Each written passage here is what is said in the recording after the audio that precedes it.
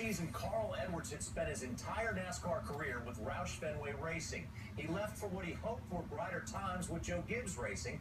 It hasn't gone to plan, at least not yet. Alan Cavana talked to Carl about what he plans to do to speed up this slow start. Carl Edwards, with a brand new team this year, he left Ford and Roush Fenway Racing to move over to Joe Gibbs and the Toyota camp. Yep, #1 draft choice. You know, you couldn't answer a lot of these questions before you actually got with the team. So what has been the toughest part about transitioning? Because it's a career first for you. Making the switch from Roush Fenway Racing to JGR, I thought there'd be a lot of tough things. It turns out that none of those things were tough. The toughest thing for me to manage was my expectations, and to basically, it took me the first 4 or 5 races to kind of just chill out a little bit and not try too hard. You know, I mean, I'm a competitor. I made this change because I want to win races. I said from the beginning, I want to win 10 races in a championship this year. But Darian and everybody, we've all been talking about, we just got to tone it back a little bit. We got great cars and a great crew, and I guess that's been the toughest thing, just to settle in and be calm. But when the results aren't there, how much do you think, you know, what am I doing wrong?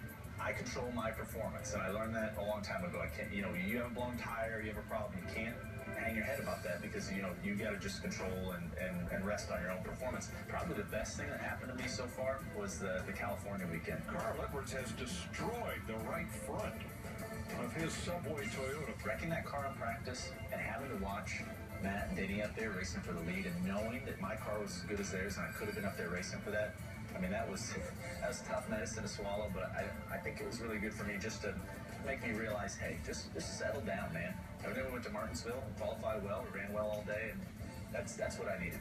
Did you learn a lot from Denny in that race? Because I remember you saying you were so grateful to have Denny as a teammate now. I can't tell you how good Denny is. He's, you know, from afar, I never understood much about him. He's a quiet guy, and as a teammate, he's amazing. And Martinsville was spectacular. His willingness to come out and talk to me before that race and to talk during practice, that helped me a lot. You know, you came in as a new guy, but quickly, there's a lot of turmoil here at Joe Gibbs Racing with Kyle's injury and the news about JD. Do you feel like you've been tested early? What role have you taken here at Joe Gibbs? I don't feel like I've been tested yet here. I believe everyone's made it very comfortable for me here. I feel like that my teammates have been amazing. I mean, David Reagan has come in and done a great job. Kyle's been great even in his absence from the race car. You know, Denny and Matt have been great. Coach has been great. I've been the you know, my worst problem here, and like I said, I'm working on that. But there's going to be tough times to come. There's going to be things we have to work through, but it's a great group. There was a competition meeting, and Joe, you saw a different side of Joe Gibbs. I know you've known Joe Gibbs as a competitor. You've known him a little while as your owner. Just describe that meeting for me.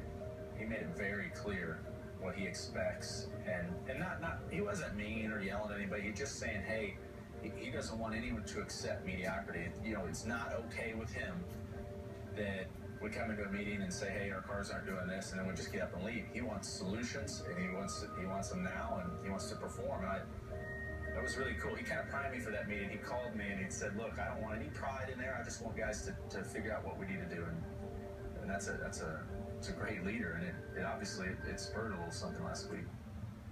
Looking ahead to Texas, obviously you have a good history at Texas, yeah, and even more incentive to win there. You got a cool deal going on this weekend. So Texas has been so great to me. There's nothing like Victory Lane at Texas with the 6 shooters, and I mean, it's a cool place to race, and this race, Stanley is putting up $1 million for Children's Miracle Networks hospitals through the Ace Hardware Foundations if I win the race. So I can't imagine winning there and knowing that Stanley and the Ace Hardware Foundation are going to give $1 million to those hospitals. That would be crazy. Have you thought about your next backflip? Would that be your first backflip for JGR? Yes, I've thought a lot about that first win for JGR. I mean, Denny getting the win last week, you know, I hope that just opens the floodgates. You know, these folks here work so hard.